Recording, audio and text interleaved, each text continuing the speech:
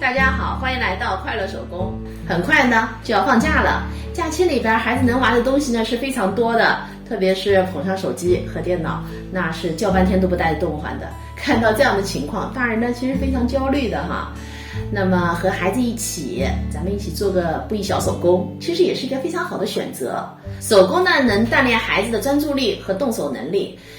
尤其这个动手能力哈，等他针线会用的话，那他长大了，咱们在身边，他钉颗扣子呢，他也自个儿能动手了呀，是不是挺好的？所以今天呢，我给您带来的是一款亲子的小手工。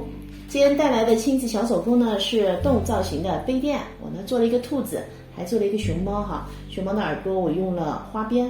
所以做好以后呢，这熊猫像烫了头，做了一个熊猫大衣。接下来呢，我要做一个狮子造型的杯垫。那首先呢，我在纯色的面料上边固定上2个不织布作为眼睛哈，它是水滴造型的。有些朋友可能不像我也爱做手工嘛，这些零碎的碎布头会非常多。那如果你没有呢，可以用家里边的旧衣服、小孩的衣服，小孩衣服颜色很鲜艳，做这样子的小手工呢也会很好看。像后边这个杯垫的里边呢，我是烫了180克的铺棉。那没有铺棉呢，你也可以用旧衣服几层叠在一起，效果都是一样的。只要确保这个面料呢是耐高温的就可以，因为我们会放烫的东西上去哈。棉的麻的也是很合适的。还有就是不织布，如果这些材料您都没有，你说我就假期里边玩个1次2次的，那建议您呢去网上购买不织布哈。这个不织布呢，做手工的不织布，我们尽量选择羊毛不织布，那它呢比较柔软，一般24×24的这种正方形的规格，然后36色或者24色，可能也就是10块钱以下，它还包快递，也挺合适的，和孩子玩玩嘛，是吧？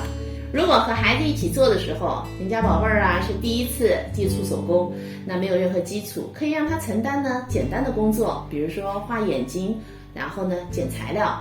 如果您家的宝贝已经有一定的基础了，和您玩了一段时间了，那这样的小手工呢，完全可以跟他进行一个比赛，看看你娘俩谁做得好。眼睛和嘴巴呢就做好了，接下来呢开始做耳朵了。我呢把2片纯色的面料对齐，然后缝呢就缝这个弧线，这儿的直边不缝哈，我们要从这个直边把耳朵翻到正面。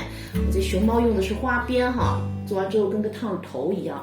我这狮子可不能这样做了，所以我用布料做。耳朵做好以后呢，我固定在了主体材料上边。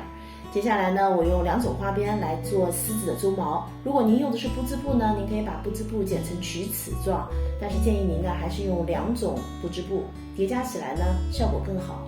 花边缝好以后啊，咱们再剪一个和这个主体材料一样大的布片哈，我把它盖上去，然后缝1圈。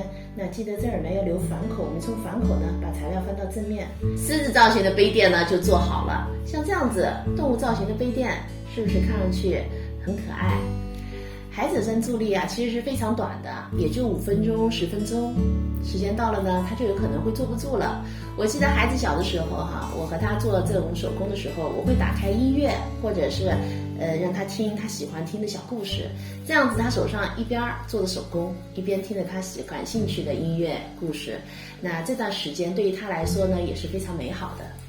这期视频内容就是这些了，感谢您花宝贵的时间来看我的视频，记得要帮我点赞哦，咱们下期再见。